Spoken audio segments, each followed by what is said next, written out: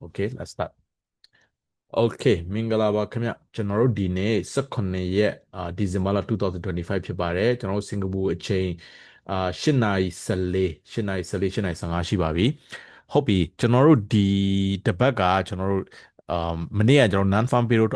information ထွက်သွားတယ် non farm payroll ဆိုတာက NFP ပေါ့နော်ကလူတိုင်းသိကြတဲ့အတိုင်းပဲသူက normally ပေါ့နော်ရေဘူးအဖြစ်ဆိုရင်သူကfirst week ပထမတစ်လမှာရှိတယ်ပထမဘက်ရဲ့တောက်ကြံနေမှာထွက်တာဒါပေမဲ့ဟိုပါနော်ဒါပေမဲ့ဒီကျွန်တော်တို့ဒီ um ကျွန်တော်တို့ဒီဟိုပါ shut down เนาะ government shut down တွေပါရှိတဲ့အတွက် government shut down တွေပါရှိတဲ့အတွက်သူတို့ကဟိုဒိတ်တွေကမောက်ကမာတွေဖြစ်ကုန်တာအဲဒါကြောင့်သူတို့မနေ့ကနေပြီးထွက်ချလာတဲ့ပုံမှာရှိတယ်အဲပြဿနာအဲဟာရှိတယ်အဲကြောင့်မနေ့ကဟိုမအင်္ဂါနေ့ကဘာမှသိ news မရှိပဲပေမဲ့မနေ့က non farm payroll ကြီးကထွက်ချလာတယ် okay anyway ဒီနေ့ကဗုဒ္ဓဟူးနေ့ဖြစ်တယ်ဒီနေ့ကဗုဒ္ဓဟူးနေ့ဖြစ်တယ်ဒီနေ့ကတော့ကျွန်တော် news state အများကြီးမရှိဘူးเนาะ news state အများကြီးမရှိဘူးမနေ့ဖြန်တဲ့တပတ်ခါမှာတော့တော်တော်လေး news တွေတော်တော်စစ်စစ်လေးတွေ့ရမယ်เนาะကျွန်တော်တို့British Pound news ရှိတယ်နော် Euro news လည်းရှိတယ်ဝါမနေ့ပြန်ကြအများကြီးပဲဗျ Euro news လည်းရှိတယ် British Pound လည်းရှိတယ် Okay အဓိကအရေးကြီးဆုံး Okay ဒီအထက်မှာအဓိကအရေးကြီးဆုံးကတော့ကျွန်တော်တို့ BOJ ဖြစ်တယ် Okay BOJ ဖြစ်တယ်BOJ က normally သူတို့ကဟိုကျွန်တော် Japanese yen ကဒီကောင်နဲ့အမြဲတမ်း rate ကိုသူတို့အမြဲတမ်းcut ဟိုပါဘောနော် rate ကိုအမြဲတမ်း hold လုပ်လေးရှိတယ်ပြီးတော့ဒီကောင်တွေ cut လုပ်လေးလည်းရှိတယ်ဘယ်တော့မှ rate ကို raise လုပ်တာမရှိဘူးတဘောကဗျာဒီကောင်နဲ့အမြဲတမ်းဒီသူတို့ရဲ့ policy ကဒီ Japanese yen ကိုJapanese yen ကိုနည်းနေတယ်မြတ်เนาะတမိုးနည်းနေတယ်မြတ်နည်းအောင်ဒီကောင်အမြဲတမ်းဒီကောင်နဲ့ rate decision ကိုအောက်ကိုဆွဲချထားတာဒါပေမဲ့သူတို့ကဘာဖြစ်လဲဆိုတော့လွန်ခဲ့တဲ့ဟိုပါဘောနော်10နှစ်လောက်အတွင်းကသူတို့ rate ကိုအရန်ချထားပေမဲ့ Japanese yen ကတကယ်မကျလာဘူးတကယ်မကြလာတော့သူတို့ကသူတို့အတွက်အဆင်ပြေတာပေါ့ဘာလို့လဲဆိုတော့ဘာလို့လဲဆို rate ချလုံးရင်ဘာဖြစ်လဲဆိုတော့ငွေကြေးတန်ဖိုးကเนาะသူ့ရဲ့တန်ဖိုးကတကယ်ကျသွားရင်ဘာဖြစ်လဲဆိုငွေကြေးတန်ဖိုးကညော့သွားတဲ့အတွက်ဒီအဲ့နိုင်ငံမှာငွေကြေးဖောင်းပွမှုဖြစ်တယ်เนาะအဲ့တော့အရင်တော့ကလွန်ခဲ့တဲ့10နှစ်လောက်တည်းကဒီ Japanese yen ကဒီ rate ကချထားပေမဲ့เนาะဒီကောင်ဆိုအခုကျွန်တော်ဒါ drawing လေးနဲ့တစ်ခုပြလိုက်မယ်စကားပြောရတဲ့ဆိုင်เนาะစကားကြီးပဲပြောရတဲ့ဆိုင်ဟဲ့နော်okay there we go okay ဒီကောင်နဲ့အရင်တော့ဆို0%တို့0.5 0%တောင်ဒီကောင်နဲ့အရင်တော့ချလေးရှိတယ်0%တော့တဘောကbank စီက free ချီလို့ရတယ်ဗျာပြောနေတာတဘောကအဲ့လောက်ကြီးအခြေအနေတောင်ဖြစ်သွားတယ်ဒါပေမဲ့ကျွန်တော်တို့တော့ချီလို့မရဘူးเนาะ bank ချင်းဒီ big bank တွေလောက်ပဲချီလို့ရတယ်ခဲထားပါတော့တဘောဒီကောင်နဲ့အတိုးနှင်းအနှုံးကိုရမ်းချထားပေမဲ့သူတို့အတွက်ကအကြိုက်တွေ့နေတာဘာဖြစ်လို့ဆိုတော့ Japanese yen ထင်သလောက်ဈေးကျမလာဘူးတန်ဖိုးရော့မလာဘူးတန်ဖိုးရော့မလာတဲ့အတွက်ဒီနိုင်ငံရဲ့ကုန်စည်နှုန်းကအဲ့လောက်ကြီးဒီပြဿနာမရှိဘူးဒါပေမဲ့ကျွန်တော်တို့ဒီ2021เนาะကိုဗစ်နောက်ပိုင်းမှာဂျပန်ယန်ဒီ rate ပေါ်မူတည်ပြီးတော့ very sensitive ဖြစ်လာတယ်เนาะ very sensitive ဖြစ်လာတယ်အဲ့တော့အခုဒီကောင်နဲ့ဘာဖြစ်လာလဲဆိုတော့ဒီ rate ချထားရင်ဒီဂျပန်ယန်ရဲ့ဒီ JPY ရဲ့ဈေးနှုန်းကလည်းတန်ဖိုးကျလာတယ် JPY တန်ဖိုးကျတယ်ဆိုတဲ့သဘောက US dollar JPY တန်ဖိုးတက်တာကိုပြောတာเนาะ okay အဲ့လိုဖြစ်လာတော့ဒီကောင်နဲ့နောက်ပါအဲ့တော့ဒီကောင်ဘာဖြစ်လာလဲဒီကောင်နေဒီ JPY တန်ဖိုးကကျလာတော့သူတို့နိုင်ငံမှာကုန်စည်နှုန်းတွေအများကြီးကြီးလာတယ်ကုန်စည်နှုန်းတွေအများကြီးကြီးလာတော့နော်impact တွေဖြစ်လာတော့နော်ဒီလူတွေကអော်လာတာပေါ့ပြောမယ်ဆိုတော့ဒီကျွန်တော်တို့ဒီဂျပန်ရဲ့ဒီ rate သူကဂျပန်လည်းကျွန်တော်တို့ဒီလို Asia နိုင်ငံပဲနော်သူတို့နိုင်ငံရဲ့အဓိကအရေးကြီးဆုံးက rice price ပဲ okay အဲ့ rice price ကအရင်မကြုံဘူးမကြားဘူးတဲ့ဈေးနှုန်းတွေတက်လာတော့ဒီကောင်နဲ့ဘယ်လိုခေါ်သူတို့ရဲ့ဒီပါတီတွေဒုက္ခရောက်လာတာပေါ့နော်သူတို့ရဲ့ဒီရွေးကောက်ပွဲတွေမှာဆရှုံးလာတယ်အဲ့လိုမျိုးဖြစ်လာအောင်အဲ့တော့အခုဒီခေါင်းကြတော့ဒီကောင်နဲ့ဘာလုပ်ရမလဲဆိုတော့အဲ့ဒီဂျမနီရအောင်နည်းနည်းပြန်မာလာအောင်လို့ဒီကောင်နဲ့အဲ့ကြောင့်ဒီကောင်နဲ့ rate ကိုတင်မှကိုရတော့မယ် okay မတင်ရင်ခုနပြောသလိုမတင်ခုနပြောဒီကုန်စည်နှုန်းနဲ့ပို့ပြီးတော့ကြီးလိမ့်မယ် okay အဲ့တော့သူတို့ရဲ့အကြံอ่ะပေါ့နော် rate ကို decision rate ကို raise လုပ်မယ်ဆိုပြီး rate ကို raise လုပ်မယ်ဆိုပြီးဒီကောင်နဲ့ဖြစ်ကုန် okay raise လုပ်ရင်သူဂျပန်နေမဟုတ်ဘူးဒီကောင်ဘာလို့လဲဆိုတော့ဒီကျွန်တော်ခုန Japanese yen က0%မှာဆိုတော့ဒီကောင်နဲ့အရင်တော့ဘာဖြစ်လေရှိတယ်ဆိုတော့ဒီ0%မှာရတဲ့အတွက်ဒီကောင်နဲ့ဘာဆိုတော့ဒီ company တော်တော်များများကဒီကောင်နဲ့ဘာလုပ်လဲဆိုတော့ဟိုလုပ်တယ်ပတ်စံချီးရ company တို့ bank တို့ပေါ့နော်ဒီ fund တွေပေါ့ပတ်စံချီးပြီးတော့ဒီကောင်နဲ့ဘာလုပ်လဲဆိုတော့အဲ့ရလာတဲ့ Japanese yen တွေကိုသူတို့ကသွားပြီးတော့ဒီ US dollar ပေါ်မှာသွားပြောင်းတယ် okay US ဒေါ်လာပေါ်မှာသွားပြောင်းပြီးတော့ဒီ Japanese yen 0%နဲ့ရတာเนาะ Japanese yen 0%နဲ့ရပြီးတော့ဒီကောင်းတဲ့ rate တွေပါဒီဟောပါတော့ပတ်စံရလာတဲ့ပတ်စံကို US ဒေါ်လာတို့ euro တို့ပေါ့เนาะဒီလိုငွေတွေကိုပြောင်းလိုက်တယ်ဒီတခြား forex pair တွေကိုပြောင်းလိုက်ပြီးသူတို့ကဘာလုပ်လဲဆိုတော့သူက stock market တို့เนาะ stock market တို့ဒီ real estate တို့ real estate ဆိုဟိုเนาะအိမ်ချမ်းမြေကိုပြောတာเนาะ real estate housing ပေါ့เนาะ housing တော့ shop ပြီးတော့သူတို့လိုက်ပြီးတော့ဟို live invest တွေလိုက်လို့ပေါ့ဘာလို့ဆိုတော့ပတ်စံ free ရတာဟုတ်ဗျเนาะပတ်စံ free ရတာ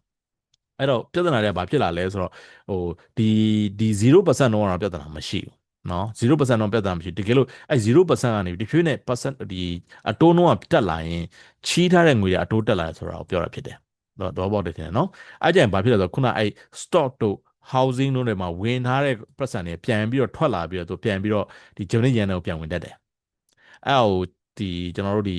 ပရမတ်သူတို့ဟိုဟာလောက်တာကိုဘာလို့ခေါ်လဲဆိုတော့ဟိုဟာလို့ခေါ်တယ်ကျွန်တော်တို့ young carry trade လို့ခေါ်တယ်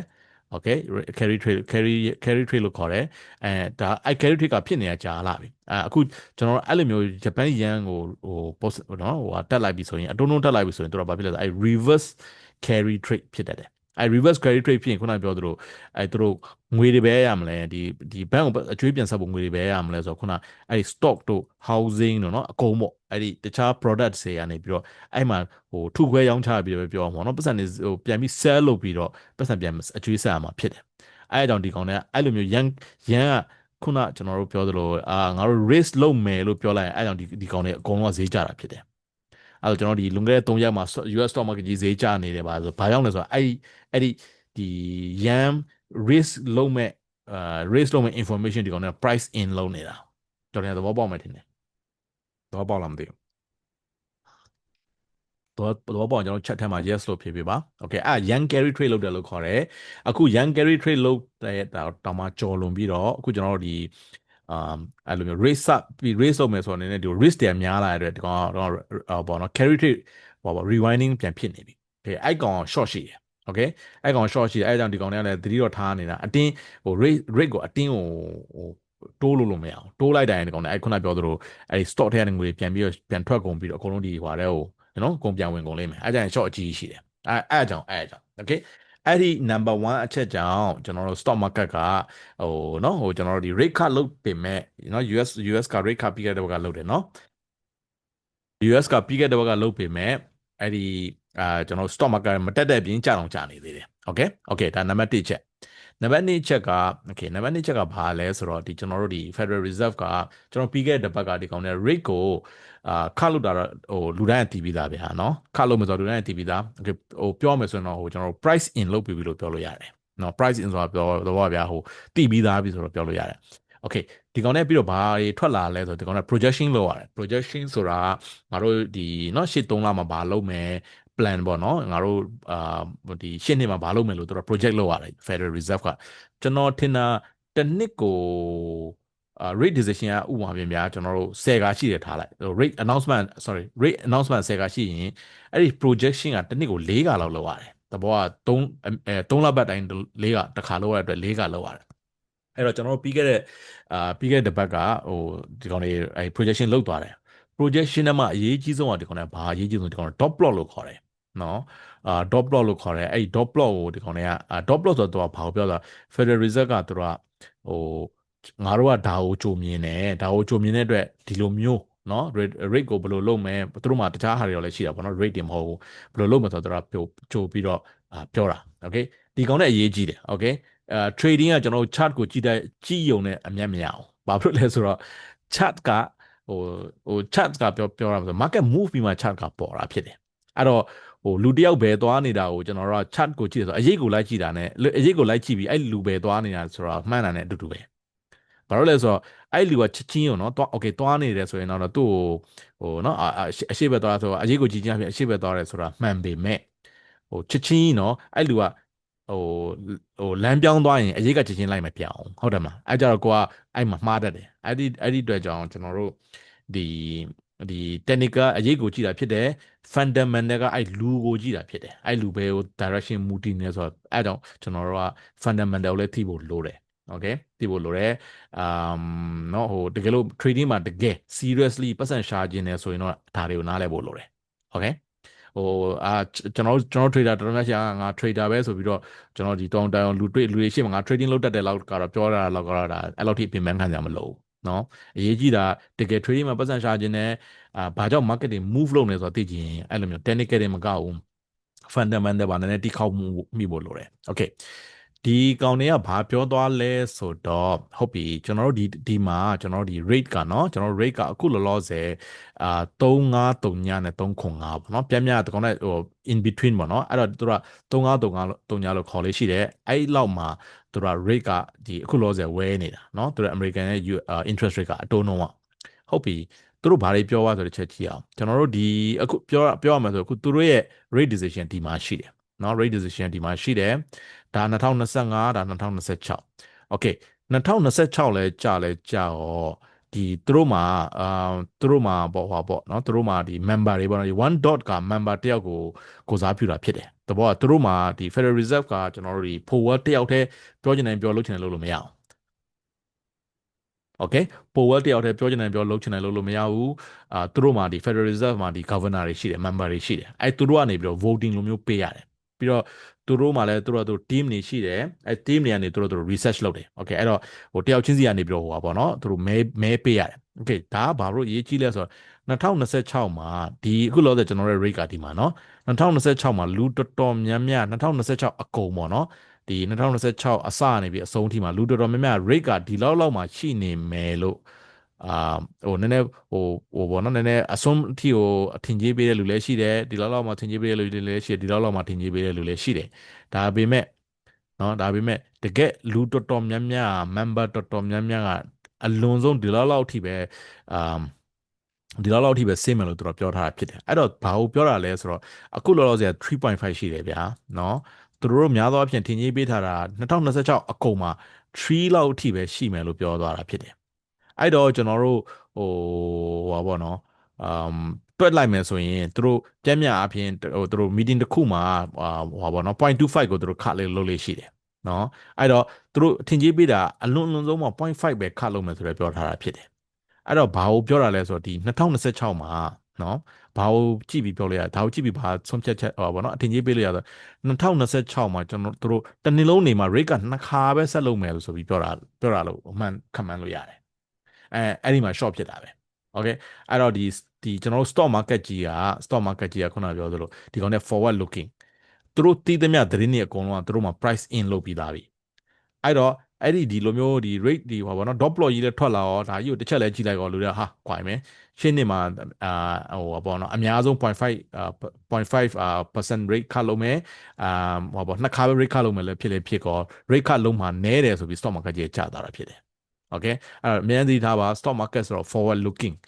သူဒီဘာလို့ market ဆိုတာဘာလဲဆိုတော့ market ဆိုတာဒီကျွန်တော် market ဆိုတာလူတွေပဲเนาะ market မှာဝယ်တဲ့လူရှိတယ်ချုပ်မြတ်တဲ့လူရှိတယ်ဝယ်တဲ့လူများတယ်လို့ပြောရမယ်ဆိုရင်စင်တယ်sorry ဝယ်တဲ့လူများတယ်ဆိုတက်မယ်ရောင်းတဲ့လူများတယ်ဆိုကျတယ်ဟုတ်တယ်မလားဒါပဲအဲ့တော့သူတို့ကလူတော်တော်များဟာ out of sudden ပေါ့เนาะဟာငါတို့ rate ကနှစ်ခါပဲရှိတော့ပါမှာလားဆိုပြီးဒီ market ကြီးကအဲ့ဒီ information ကို pricing လုပ်တာဖြစ်တယ်အဲ့အကြောင်းကျွန်တော်တို့လွန်ခဲ့တဲ့တစ်ပတ်ကFederal Reserve ကခါလုတ်ဆိုတာခါလုတ်တာတောင်မှ market ကြီးဆက်ကြသွားတာဖြစ်ဘာလို့ခါလုတ်မှလူတိုင်းတည်ပြီးသွားပြီเนาะ okay ဟုတ်ပြီကျွန်တော် technical analysis တစ်ချက်သွားလိုက်အောင်เนาะ okay ကျွန်တော်တို့ဒီမှာဒီတစ်ပတ်မှာကကျွန်တော်တို့ဘာတွေသတိထားတွေ့လဲဆိုတော့ okay ဘာတွေသတိထားတွေ့လဲဆိုတော့ကျွန်တော်ဒီမှာဆိုရင်ဟန်ပါเนาะကျွန်တော်တစ်ချက်ဒါလေးနည်းနည်းပြောင်းလိုက်မယ်ကြည့်လို့လွယ်ပါအောင်เนาะကျွန်တော်တို့ဒီဟိုပါပေါ့နော်ဒီအခုဆိုကျွန်တော်တို့ဒါခဏနော်ကျွန်တော်ဒီလိုလေးပြโอเคကျွန်တော်တို့ဒီကောင်ဆိုရင် British Pound ဆိုရင်မနေ့ကကျွန်တော်ဒီဟိုပါပေါ့နော် resistance ကြီးလုံးဝထိသွားပြီအဲ့ပြီးတော့ဒီနေ့မှာတွေ့လားလုံးဝဒီကောင်လုံးဝအောက်ဆင်းသွားရဆိုတဲ့အတိတ်ပဲမှာကျွန်တော်မြင်ရတယ်โอเคဘာလို့တခုကျွန်တော်ပြောလို့ရဆိုတော့ဒီကောင် resistance ထိနေပြီဆိုတော့ကျွန်တော်ပြောလို့ရတယ်နော် resistance ထိနေပြီအဲ့တော့ကိုက wear ခြင်းနဲ့ဆိုရင်ကျွန်တော်တို့အခုလောလောဆယ် wear တင်တယ်လို့ကျွန်တော်မထင်ဘူးဘာလို့လဲဆိုတော့ဘာလို့လဲဆိုတော့အခုလောဆယ်ဒါကြီးက price action ကြီးက bearish candle ဖြစ်တယ်เนาะပြီးတော့ဟိုကျွန်တော်တို့ဒီ support တွေကိုသွားထိဖို့ရာခိုင်နှုန်းများတယ်เนาะအဲ့တော့ဒီလိုမျိုး swing level တွေမှာစောင့်တင်တယ်လို့ကျွန်တော်ထင်တယ်အဲ့တော့အခုလောလောဆယ်ကဝယ်တင်တယ်လို့ကျွန်တော်မထင်သေးဘူးဒီနေ့ပေါ့เนาะဒီနေ့ကိုပြောတာပြီးတော့တစ်ခုချက်လေးကြည့်လိုက်ပါအခုကျွန်တော်တို့ဒါဆိုရင်ဒါ ဟိုပါဘောနော် US market တောင်မပြီးသေးဘူးเนาะအခုကျွန်တော်တို့ဒါဆိုဒီ candle ဆိုရင် Asia နဲ့ um Asia နဲ့ကျွန်တော်ဒီ UK market ပဲရှိသေးတယ်ဒါတော့မှတွေ့လား candle ရဲ့လုံးဝမနေ့က price ရှိတော့လုံးဝအောက်ပြီးဆင်းသွားဆိုတဲ့သဘောကဘာကိုပြတာလဲဆိုတော့ဒီ market ကြီးကတော်တော်ကြီး weak ဖြစ်တယ်လို့ဆိုတာကိုကျွန်တော်မှန်းလို့ရတယ်ဟုတ်တယ်မလားဘာလို့ဆိုတော့အကယ်၍များ strong လို့ကြည့်ပါလားဗျာเนาะ market က strong ဆိုရင်တကယ်လို့များဆင်းရင်တကယ်လို့ပြန်ပြီးဝယ်တဲ့လူတွေများလာတဲ့အတွက် market ကဒီအောက်ထင်းထိဆင်းစရာတိတ်ဟိုအကြောင်းမရှိဟုတ်တယ်မလားเนาะဒီလောက်ကြီးတောင်မနေ့ကလုံးဝတက်ထားတဲ့ price level range ရှိเนาะဒါမနေ့ကတက်ထားတဲ့ range เนาะကျွန်တော်တို့ပြောမှဆိုရင်1.35 1.335 to 1.343ပဲထားပါတော့ဒီဟာဟိုတော့မှအလွယ်တကူဆင်းသွားတယ်ဆိုတဲ့သဘောက market ကဘလောက်ဝယ်တဲ့လူမရှိဘူးလဲဆိုတော့ကျွန်တော်တို့ပြောလို့ရတယ်เนาะအဲ့တော့ကျွန်တော်တို့အရန်ကြီးဝယ်တဲ့ဘက်ကိုအာမပေးတော့ဘူးเนาะဝယ်တဲ့ဘက်အာမပေးဘူးဒီထားတင်တယ်လို့ထင်တယ်သူတို့အကယ်၍များဒီနေ့เนาะဟိုတကယ်၍များအခု news များဖြစ်လာကြတယ်ဆိုရင်အကယ်လို့ဒီအလောက်အထဲမှာဆက်ပြီးနေဦးမယ်ဆိုရင်တော့ market ကကျွန်တော်တို့ဒီ support level အထိများပြန်သွားတော့မလားလို့ကျွန်တော်ထင်တယ်1.33လို့ပါတော့ဒီ level ကိုကျွန်တော်ထင်ပြန်သွားအောင်မယ်ထင်တယ် okay အဲ့တော့အတင်း like မဝယ်သေးဘူးလို့ကျွန်တော်ထင်တယ် okay အာထိုနည်း၎င်းမယ်ထိုနည်း၎င်းမယ်ကျွန်တော်ခုပြမယ်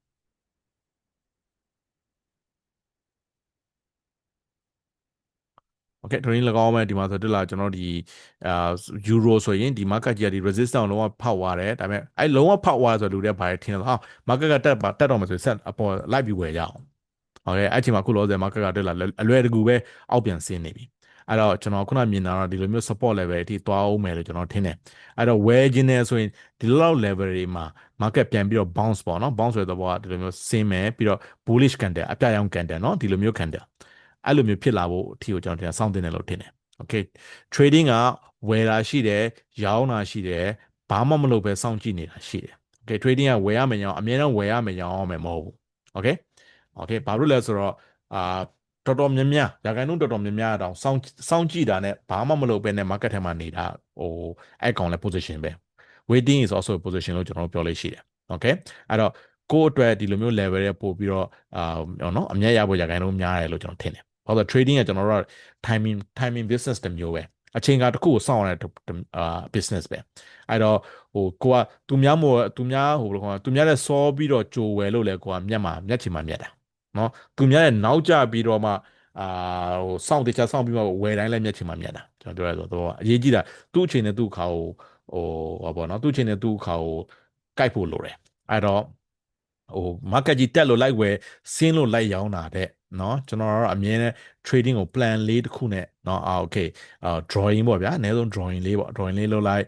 ပြီးတော့ငါဒီလောက်ရောက်ရင်ငါကြည့်မယ်ဘာဈေးဘာဖြစ်လဲเนาะဈေးဘာဖြစ်တကယ်လို့ဟိုအမြင်ဒီလိုမျိုး level မှာ support ဖြစ်သွားတယ်အဲ့ကျန်တော့လိုက်ဝယ်ဖို့တင်တယ်ကျွန်တော်ဒါဥပမာကျွန်တော်ပြောရမယ်ဆိုရင်เนาะဒါ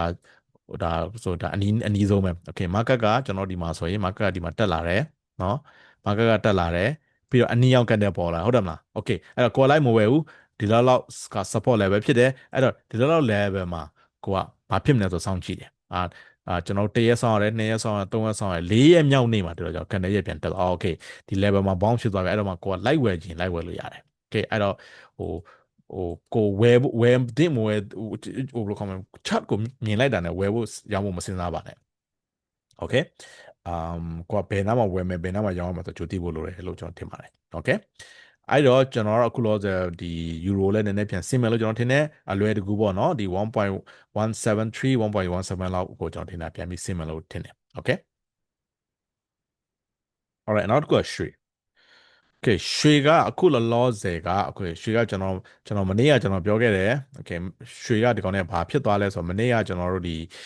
မနက်ပိုင်းပေါ့နော်မနေ့ကမနက်ပိုင်းလုံးဝဒီကောင် very good flush နော် flush လုပ်တယ်ဆိုတာအဲ့လိုပဲခုနကျွန်တော်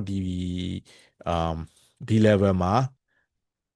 bounce ဖြစ်သွားတော့လူတိုင်းကဒီနားမှာ stop loss တွေထားတယ်ဘာလို့လိုက်ဝယ်တဲ့လူတွေကသူတို့မျက်လာပြီးထင်နေတာနော်ချက်ချင်းလဲဆင်းသွားတော့ဒီ out level တွေကိုဆင်းလာ stop hunting လုပ်တော့ဒီလိုပဲ market ကအမြဲတမ်းအဲ့လိုမျိုးအမြဲတမ်းလုပ်လို့ရှိတယ် okay အဲ့တော့ကိုကအဲ့လိုမျိုး level တွေကိုအမြဲတမ်းကြည့်ပါ okay ဘာလို့လဲဆိုတော့ခုနပြောသလိုကျွန်တော်ဒီနားမှာ live ဝယ်ထားတဲ့လူတွေရှိမယ်တက်လာပြီဆိုရင် live ဝယ်ထားတယ်အဲ့တော့သူတို့ကမျက်နေပြီလေဟုတ်တယ်မမျက်နေတော့သူတို့ကအဲ့ position ကိုအမျက်ဟိုပိတ်ဖို့သူတို့ကဝင်လေသွားပြီအဲ့တော့သူတို့ကဘာထင်လဲ okay ငါ stop loss ဒီမှာထားမယ်ငါ price ကိုတော့ဘယ်တော့မှပြန်ထိမှာမဟုတ်ဘူးဟုတ်တယ်မလားအဲ့တော့ဒါပေမဲ့နော် market ကတကယ်ပြန်ထိတဲ့အပြင်ဒီ level လဲလာရော okay ခုနကျွန်တော်ပြောသလိုဒီမှာဝယ်ထားတဲ့လူတွေရှုံးနေပြီလေရှုံးပြီ okay ရှုံးတော့သူတို့ပြီးတော့နောက်တစ်ခုပဲအာ market ကြီးလုံးဝဟိုနော်ဟိုကနေကြီးအကြီးပဲနော်လုံးဝ share ကြီးအကြီးကြတာဆင်းတော့မယ်ဟဲ့ဆိုပြီးကိုလိုက်ချက်ချင်းလိုက်ဝယ်အောင်sorry လိုက်ရောင်းအောင်နော်အဲ့ဘာဖြစ်လဲခုနပြောသူဆက်ပြီးမစင်းတဲ့အပြင်market ကပြန်တက်သွားပြန်အောင် okay market က always like that ဒီကောင် market က wave နဲ့သွားတာ okay ပြီးတော့နောက်အမြဲတမ်းသတိထားမှာက market ကဒီဟိုပါဘောနော်ကျွန်တော်တို့ဒီ level တစ်ခုပေါ့နော် resistance level တစ်ခုအမြဲတမ်းတစ်ခါတည်းဖောက်တယ်ဆိုတော့လည်းတော်တော်ရှားတယ်အဲ့လိုပဲသူတို့3ကာလောက်3-4ကာလောက်ဟာလုံးမယ်ပြီးနောက်ဆုံးကျပြန်ဆင်းသွားအောင်မယ်ပြီးတော့မှချက်ချင်းကိုဖောက်ထွက်သွားလိုက်မယ်အဲ့လိုမျိုးအများနဲ့ရှိအဲ့ကြောင့်အများနဲ့သိထားပါ trading ကကျွန်တော်တို့ဟိုနော်ဟိုပြောသလောက်အရင်မလွယ်ဘူး okay အဲ့တော့ဟိုကျွန်တော်ကတော့ဟိုပြောအများနဲ့ပြောနေမှာပဲ trading အကြောင်းတော့ okay ဟိုကျွန်တော်တို့ဒီ trader တယောက် serious trader တွေကတော့ဘာဖြစ်တင်လဲဆိုတော့ဒီ trading ထဲမှာ experience ရမှာပဲဟိုဘယ်လိုခေါ်မလဲဟို trade လုပ်တတ်မှာဖြစ်တယ်ဘာလို့ဆိုစာတွင်းနဲ့တကယ်ဟိုကိုဟိုလက်တွေ့ပေါ့နော်ကျွန်တော်ဒီဟိုစာအုပ်ထဲမှာတင်တာဘာညာလောက်ကတော့လူတိုင်းကျွန်တော်တို့လုပ်လို့ရတယ်ဒါပေမဲ့တကယ်ကြတော့မတူဘူးဗျနော်โอเคဟုတ်ပြီအဲ့တော့ကျွန်တော်ရွှေရအခုဒီကောင်နေဘာဖြစ်နေလဲဆိုတော့အခုကျွန်တော်ဒီကောင်လုံးဝ range ဒီအပေါ်ဖောက်ဖို့ဒီကောင်နဲ့လုံးဝစူးစမ်းနေရလို့ကျွန်တော်မြင်လို့ရတယ်တွေ့လာ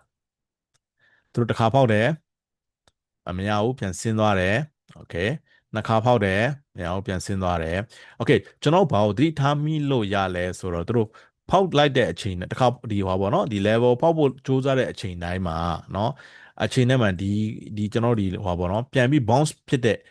level လေးတွေနည်းနည်းလေးတက်လာတော့ကျွန်တော်သတိထားမိလိမ့်မယ်ထင်တယ်နော်နည်းနည်းလေးတက်လာတော့ကျွန်တော်သတိထားမိလိမ့်မယ်ထင်တယ်အခုတကယ်အကယ်၍ဒီကောင်းလည်းထပ်ပြီးတော့ bounce ဖြစ်သွားမယ်ဆိုရင်ကျွန်တော်ဒီကောင်းလည်း level လေးတက်လာတာလို့ကျွန်တော်တို့တစ်ချက်သတိထား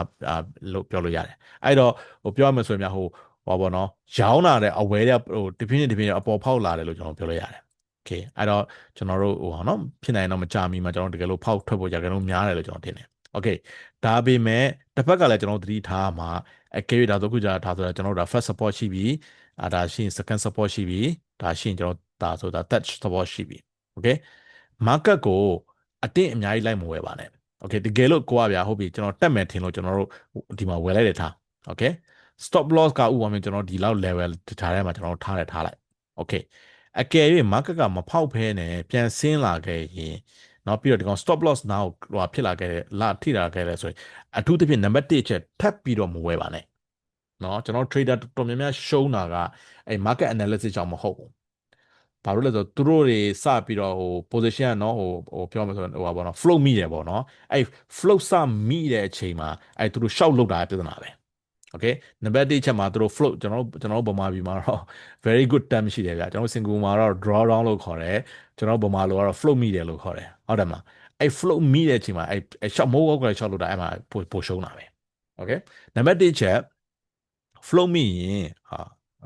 ်ဟိုဟာလေးကအခေါ်လေးကမိုက် float မိရင်ဖြစ်နိုင်ထပ်ပြီးတော့အဲ့ direction ထပ်မဝယ်ပါနဲ့သဘောကဗျာကိုကဝယ်လိုက်မိလို့ float ဖြစ်သွားတယ်ဆိုရင်ထပ်ပြီးတော့ဟိုစမတိုးပါနဲ့ okay ဘာလို့ဆိုလူတော်တော်များများက float မိရင်သူတို့ထပ်ဝယ်တာများတယ်ဥပမာပြင်အဝယ်ဘက်ကိုပြောမယ်နော်ဘာဖြစ်လို့လဲဆိုတော့ဥပမာပြင်နော်ကျွန်တော်ဒါဟိုဖြစ်မဲ့ပြောကြီးဆိုရင်ကျွန်တော်တို့ကိုက okay ကိုကဒီမှာဝယ်လိုက်တယ် okay ကိုကဒီမှာဝယ်လိုက်တယ် okay နည်းနည်းလေးတက်သွားပြီးဆင်းသွားတယ်အဲ့တော့အခုလောဆယ်သူကဥပမာပြင်သူကဒီမှာ10မှာဝယ်ထားတယ်ဗျာနော်အခုလောဆယ်သူက5ချက်ဖြစ်နေ5ဒေါ်လာဖြစ်နေပြီနော်အဲ့တော့သူကဘာလုပ်လို့ရှိလဲဆိုတော့stop loss ကလည်းမထီသေးဥပမာ stop loss က2ဒေါ်လာမှာထားလိုက်နော် stop loss က2ဒေါ်လာမှာထားလိုက်အဲ့တော့သူကဘာလုပ်လို့ရှိလဲဆိုတော့ဒီ10ဒေါ်လာကိုသူက hold လုပ်ထားတဲ့အပြင်သူကထပ်ပြီးတော့ဝယ်လိုက်သေးတယ်ထပ်ပြီးတော့အဲ့တော့ဘာဖြစ်သွားလဲဆိုတော့သူ့ရဲ့ average price က7ဒေါ်လာမှာမဟုတ်တော့ဘဲနဲ့သူ့ရဲ့ average entry price က7ဒေါ်လာမှာဖြစ်သွားအောင် okay အဲ့တော့ဒီကျွန်တော်ဒါ psychological ကကျွန်တော်တို့ဒီ trader တွေဘယ်လိုဒုက္ခပေးလဲဆိုတော့ဒီကောင်ကဘာလဲဆိုတော့ okay အခုလောလောဆယ်5ဒေါ်လာဖြစ်တဲ့အတွက်ကျွန်တော်တို့ဒီလိုမျိုးပြန်ပြီးတော့ break even ဖြစ်ဖို့က10ထိပြန်တက်စရာမလိုတော့ဟုတ်တယ်မလားကျွန်တော်9ချက်ထိလောက်လေးတက်လိုက်တယ်နေအရင်ပြန်ရပြီเนาะအဲ့တော့အဲ့ဒီကျွန်တော်တို့ဒီဟိုခေါ်တာပေါ့ averaging down ခေါ်တာပေါ့ averaging down ကတော်တော်ကြီးကိုဟိုလောက်ရတာဟိုခေါ်မှာလုတ်ဖို့ဟိုလုတ်ချင်စိတ်ပုံများတယ်เนาะဒါမဲ့ okay ကောင်းတာပါဗျာတကယ်လို့ဒီနည်းနည်းနှစ်ချက်တက်သွားရင်တော့အရင်ရရင်တော့ကောင်းတာပေါ့ဒါပေမဲ့ပြဿနာအဲ့၅ချက်ကနေပြီး9ချက်ပြန်မတက်ဘဲနဲ့ဆက်ပြီးဆင်းသွားရင်အဲ့ဒီစပြီးဆင်းတာနဲ့ကိုရှုံးတာနှစ်ဆဖြစ်ပြီပဲဘာလို့လဲဆိုကိုကဒီမှာတစ်ခေါက်ဝယ်တယ်ဒီမှာနောက်တစ်ခေါက်ဝယ်တယ်တစ်ခေါက်ဖြစ်တယ်နှစ်ခေါက်ဝယ်တဲ့အတွက်ဖြစ်ကြောင်ဖြစ်တယ် ဘာပေါ့လားမသိနော်အဲအကြောင်းအဲ့ဒီ float မိတယ် float မိရင်အထူးသဖြင့် number 1ချက်က okay ငါ plan ကြောင်း stop loss တော့မထိသေးဘူးဒါပေမဲ့မပိတ်သေးဘူး no problem stop loss ကြောင့်မတိတဲ့မပိတ်တာကျွန်တော် no problem ဒါပေမဲ့ခုနပြောသလို average down မလုပ်ပါနဲ့ okay average down မလုပ်အပ်ဖဲပါတော့အထူးသဖြင့်မလုပ်တာတော့အကောင်းဆုံးပဲ okay အဲကျွန်တော်တို့ဒီ trader တော်တော်များများအရင်ပြောရတဲ့အကြောင်းရင်းအများကြီးရှုံးရတဲ့အကြောင်းရင်းအဲ့ဒါပဲ okay အဲ့တော့ကွာအမြဲတမ်းအဲ့ခုနံပါတ်1ချက်ကတော့အဲ့ခုနအဲ့ flow မိရင်ကွာတည်တည်ချာချာ properly ကိုယ့်ရဲ့ plan ကို follow လုပ်ပါ okay အဲ့တော့အခုလောလောဆယ်ကျွန်တော်ဒီပြန်ပြီး goal ကိုပြန်သွားရမယ်ဆိုရင်နော် goal ပြန်သွားရမယ်ဆိုအခုလောလောဆယ်ကျွန်တော်3 support level ရှိတယ်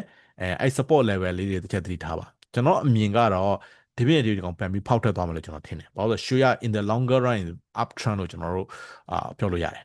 okay up trend လို့ကျွန်တော်ပြောလို့ရတယ်ပြီးတော့ဟိုတလောကကျွန်တော် Federal Reserve ကသူတို့ဒီ QE လိုက်ပေါ့နော် QE အသေးစားလေးပဲပြောတာ QE တော့အစစ်မဟုတ်သေးဘူး QE အသေးစားလေးကိုသူတို့နည်းနည်းပြောလိုက်တဲ့အတွက်နည်းနည်းဟိုပြီးတော့ rate ကလည်းပါပြီးတော့ပူနည်းနည်းလေး cut လုပ်ထားတော့potentially ပေါ့နော် potentially goal နဲ့ silver နဲ့နည်းနည်းတက်ဖို့ဇလန်းရှိလို့ကျွန်တော်မြင်တယ် okay ကျွန်တော်ပြောတော့ပေါက်မလို့ကျွန်တော်ထင်တယ်အဲ့တော့ရွှေကတော့ကျွန်တော်အခု observe လုပ်လို့ရတာဒီ support level လေးတစ်ဖြည်းနဲ့မြင့်လာပြီเนาะ support level တစ်ချက်တော်မြင့်လာပြီအဲ့တော့ဒီ level ပေါ့เนาะကျွန်တော်ဒီ resistance level ကိုခဏနေကြာဖောက်ထွက်မယ်လို့ကျွန်တော်ထင်တယ် okay အကယ်၍များเนาะအကယ်၍များ because everything have both side เนาะကျွန်တော်အကျွေးစီလိုပဲအရာရာတိုင်းခွိုင်မျက်နှာစာနှစ်ဖက်ရှိတယ်နှစ်ခုလုံးကိုစဉ်းစားဖို့လိုတယ်အကယ်၍များဒီကောင်ကြီးပြန်ပြီးဖောက်သွားရင်တော့အဲ့ဝယ်တဲ့ idea ကိုကျွန်တော်တို့ abandon လုပ်ဖို့လိုတယ်နော်ဝယ်တဲ့ idea ကိုကျွန်တော်တို့ဟို stop loss ဆိုလဲဗျာဟိုဆက်ပြီးတော့မဟိုးနဲ့တော့သဘောอ่ะနော် okay အဲ့တော့အဲ့လေးကိုတစ်ချက်သတိထားပါရွှေကတော့ဒီကောင်ကိုပြန်ပြီးတော့ attack လုပ်ဖို့ကျွန်တော်ထင်တာချင်းကက်နေလို့ကျွန်တော်ထင်တယ် okay alright ရွှေပြီးတော့ကျွန်တော်ငွေတစ်ချက်သွားလိုက်အောင် silver ပိုတော့ကောင်းသေးတယ်okay silver ဆိုရင်အခုကျွန်တော်တို့silver ဆိုရင်ကျွန်တော်အခုဒီကောင်ကြီးလုံးဝဒီနေ့ဒီမှာလုံးဝထောင်တက်သွားတယ်ထောင်တက်တဲ့ပြင်ဒီကောင် volume ရ share တော်တော်လေးမဆိုးလို့ကျွန်တော်တို့ပြောလို့ရတယ် okay အဲ့တော့ကျွန်တော်တို့ဘယ်လိုတွက်လို့ရလဲဆိုတော့ကျွန်တော်ဒီကန်တဲအရင်ပေါ့နော်ဒီလောက်ရှိမယ်နောက်တစ်ခုကဒီလောက်ရှိမယ်ကျွန်တော်ဒီ support နှစ်ခုရှိတယ်အဲ့ဒီ support နှစ်ခုကိုပြန်ပြီးတော့အောက်ပြန်မစင်းသေးရွေးကတော့ကျွန်တော်ထင်တော့ဝယ်တဲ့ဘက်ကိုပို့ပြီးအားပေးသေးတယ်လို့ကျွန်တော်ထင်တယ် okay ငွေကတော့ပို့ပြီးတော့เนาะငွေရောရွှေရောပေါ့เนาะအခုလိုပြောတော့ငွေကပို့ပြီးတည်တာနေတယ်ပြန်ပြီးတော့ထပ်ပြီးတော့တက်မယ်လို့ပဲကျွန်တော်ထင်တယ် okay အဲ့တော့ဒီကောင်တွေက very bullish လို့ကျွန်တော်ထင်တယ်အဲ့တော့ရွှေနဲ့ငွေနဲ့ကတော့ရေဘူးအဖြစ်ကတော့မယောင်းသေးတာကောင်းတယ် okay အတက်ဘက်ကိုပဲဟို direction ထားပါဟိုချက်ချင်းဝယ်ရမယ်လို့ကျွန်တော်မပြောဘူး okay support level လေးမှာလိုက်ပြီးဝယ်သင့်တယ်လို့ကျွန်တော်ထင်တယ် okay alright ကျွန်တော်နောက်ဆုံးအနေနဲ့က Bitcoin okay Bitcoin ကကျွန်တော်ဒီကောင်ကိုတိတ်မကြိုက်တာဟိုအရင်ဝယ်ဖို့ကျွန်တော်အားမပေးတာဟိုဟာလောက်တလနီးပါရှိပြီ okay Bitcoin ဒါပေမဲ့เนาะဒါပေမဲ့ကျွန်တော်နည်းနည်းဟောပေါ့เนาะ idea လေးတစ်ခုတွေ့လာတာကျွန်တော်ဒီ level မှာเนาะ Bitcoin ကျွန်တော်ဒီဟောဒီ level ပေါ့8300နဲ့8600လောက်နားပါသူတို့တစ်ခေါက် support ထိတယ်เนาะသူတို့နောက်တစ်ခုမနေ့ကဆို support နောက်တစ်လွန်ခဲ့တဲ့2ရက်လောက်က support ထပ်ထိတယ်အဲ့တော့ကျွန်တော်အမြင်ကဒီ level များ hold မလားလို့ကျွန်တော်ထင်တယ် okay အဲ့တော့ကျွန်တော်ဒီဟိုဆိုလွန်ခဲ့တဲ့2ရက်တုန်းကဆိုရင်ဒီ level ကိုလုံးဝလုံးဝပြန်ပြီး test လုပ်တယ်တွေ့လား volume ကလိုက်မလာတော့ဘူးတွေ့လားလိုက်မလာတော့ဘူးဆိုတော့သဘောကဒီ level တွေကိုဟိုဆက်ပြီးဖောက်ထွက်ဖို့တိတ်အားမရှိဘူးလို့ကျွန်တော်ထင်တယ်သဘောကဗျာဟိုအောက်မစင်းဖို့အားမရှိဘူးလို့ကျွန်တော်ထင်တယ်တခုတော့ရှိတယ်ဟို future တော့လူတိုင်းနော် future လူတိုင်းမြင်လို့မရဘူးဒါပေမဲ့အကယ်၍များပေါ့နော်ဒီ1ရက်2ရက်လောက်လေးတက်ပြီးတော့လုံးဝဟို volume အကြီးနဲ့ဝင်ချလာရင်တော့ဒါကျွန်တော်တို့ဒါเนาะအဲ့ကျန်တော့ကျွန်တော်တို့ဟို analysis ကိုပြောင်းဖို့လိုတယ်ဒါပေမဲ့အခုလောလောဆယ်ကတော့ဒီ volume နောက်ဆုံး volume အကြီးကဒီမှာပဲရှိတယ်ပြီးတော့ channel ဟာတဲ့ volume တွေကနည်းကုန်ပြီတွေ့လားเนาะအဲ့တော့ကျွန်တော်အမြင်ကသူတို့ဒီနားမှာပဲခဏဟိုဟာပေါ့เนาะ test around လုပ်မယ်လို့ကျွန်တော်ထင်တယ်အဲဒါပေမဲ့ပြီးရင်တော့ပြန်ပြီးနည်းနည်းတက်ဖို့ဇလန်းရှိလို့ကျွန်တော်ထင်တယ် okay အဲ့တော့ Bitcoin ကဟို Bitcoin ဆို crypto ပေါ့နော် in general ပေါ့နော်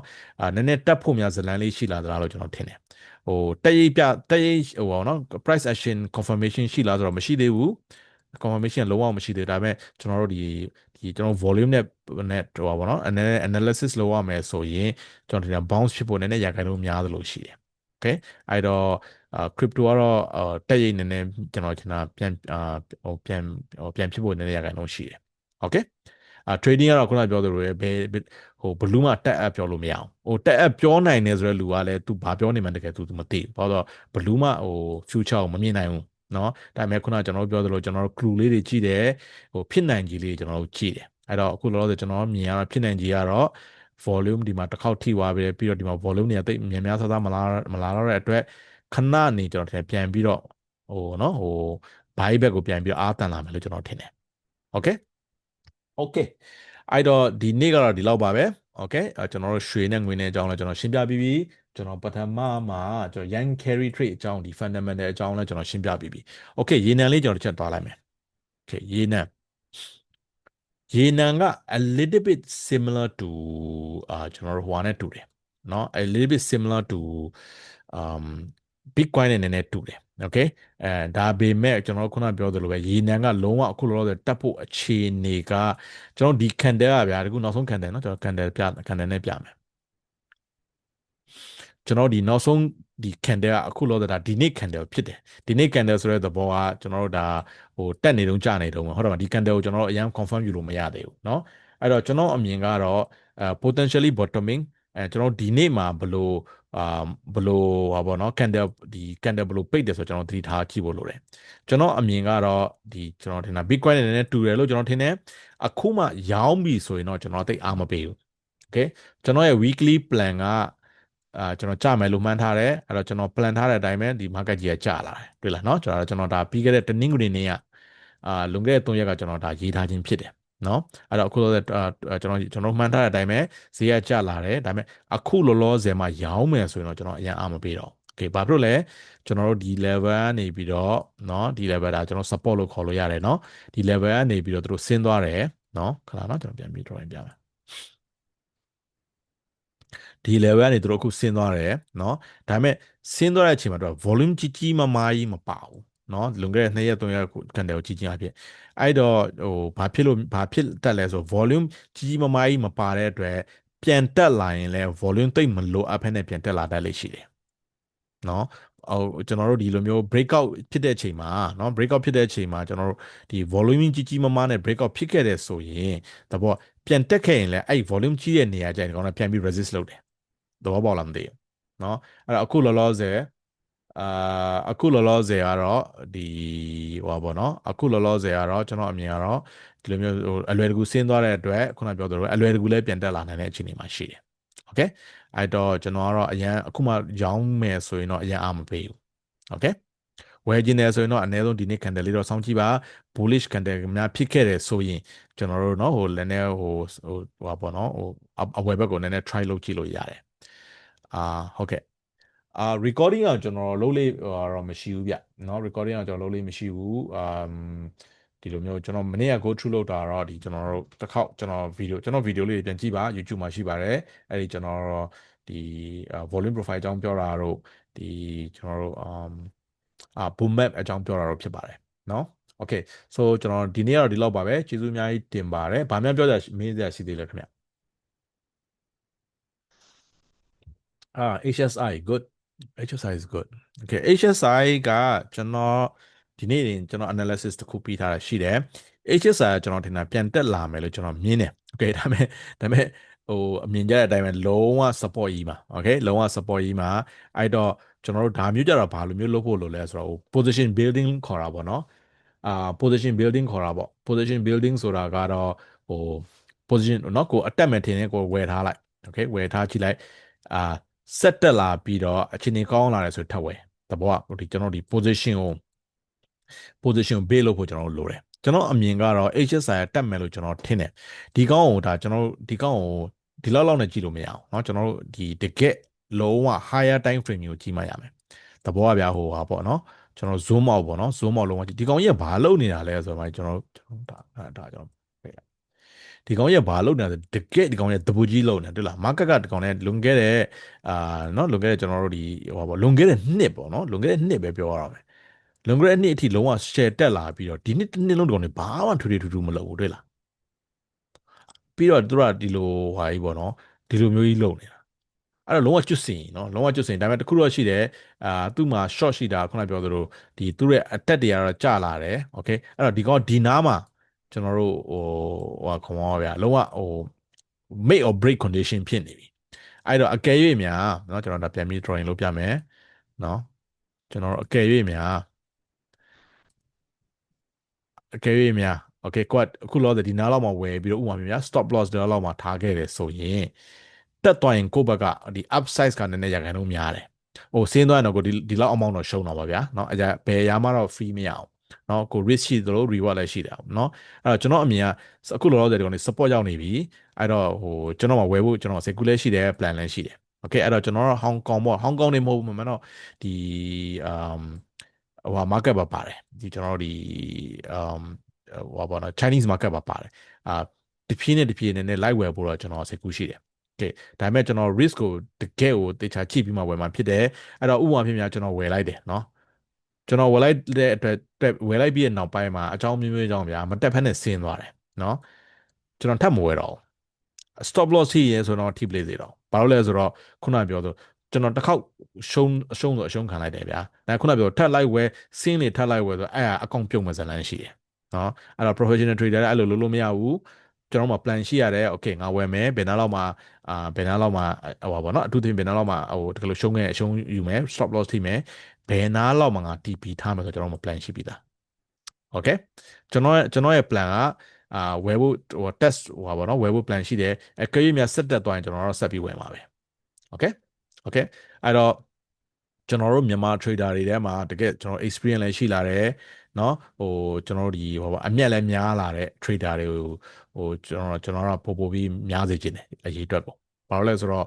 ကျွန်တော်တို့ဟိုလမ်းကိုတော့เนาะကျွန်တော်တီးတော့လမ်းမှန်ကိုပြနိုင်တယ်လို့တော့ကျွန်တော်ပြမယ်ဒါပေမဲ့ experience ကတော့ကိုယ်တိုင်ယူမှရမယ် okay trading is a very rewarding profession okay ဒါပေမဲ့လွယ်လားဆိုတော့လုံးဝမလွယ်ဘူးเนาะဟို trading ကိုအလွယ်ကိုဘလူးမှဘာလို့ကျွန်တော်ကိုယ်တိုင်လည်း trade လုပ်တော့10နှစ်ကျော်နေပြီဗျာအဲ့တော့ trading ကလုံးဝမလွယ်တာတော့ကျွန်တော်ကိုယ်တိုင်မြန်မာတင်နေမယ်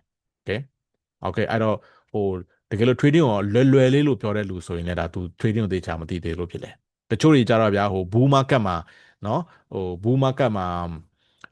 ဟိုပါလာပြီးတော့လွယ်လိုက်တာငွေရတာလွယ်လိုက်တာလို့အဲ့လိုထင်ကြတဲ့လူတွေရှိတယ်ဒါပေမဲ့ခဏပါပဲလွန်ခဲ့တဲ့နောက်ထပ်